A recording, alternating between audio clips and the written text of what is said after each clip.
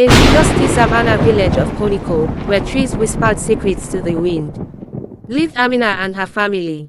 A bright-eyed, 16-year-old girl with dreams bigger than the copper skies above her. Her laughter once danced through the narrow paths between mud huts, and her heart was filled with the innocent hopes of youth. But the war changed everything. One evening, as gunfire echoed in the distance and soldiers marched through the village, Amina's world shattered. A foreign soldier, part of a passing battalion, stole her innocence beneath the cover of darkness.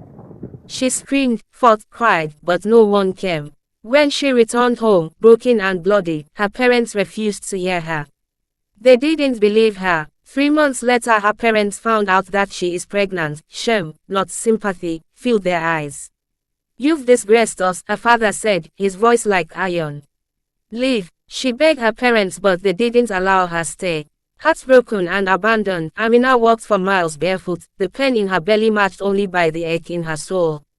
Her only refuge was the clear heart of her maternal grandmother, Mama Rehema. A stooped but spirited woman who had seen many storms in her life. Mama Rehema took her in with open arms, no questions asked. Quote, "My child, pain does not define you. Strength does," said her grandmother. Months passed. Amina's belly grew. The village whispered. Some pitied, most judged. When the baby came, a quiet, wide-eyed boy, Amina held him close. But fear and pain lingered in her gaze. She named him Tumaini, meaning hope. One evening, while Amina was still recovering, a woman from the village named Sarah came to visit. She was known for her kindness and sorrow, a wealthy farmer's wife who had lost 3 pregnancies and was whispered to be barren. "I heard what happened," Sarah said gently. If you're willing, I would raise him like my own. He will lack nothing." Amina looked at her son. She saw in him her pain, but also her survival. Tears rolled down her cheeks as she kissed his forehead one last time and whispered, "You are loved. Live freely." Sarah wept as she cradled the child. And true to her word, she did not abandon Amina either. She promised to fund her education. "You will not be just another lost girl." Amina walked back to school with her head high and her scars hidden. She studied with a fire that surprised her teachers. Every page she turned was a battle won. Every test passed was a defiance of fate. Years later, Amina graduated as a certified nurse. Men started coming for marriage, but Amina refused. When people asked her when she would marry, she smiled softly and said, "I have already given birth to the only future I need.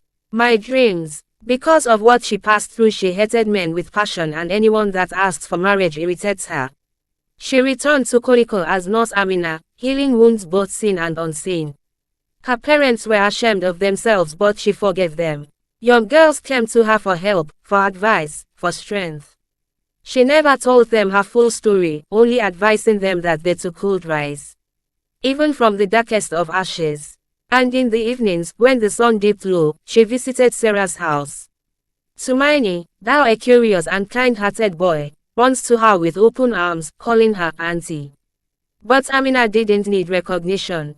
Her healing had come not in applause or titles, but in the choice to rise, to serve, and to live. Only Sarah and Mama Rehema knew the truth. Sarah's younger brother who came visiting saw Amina and fell in love with her.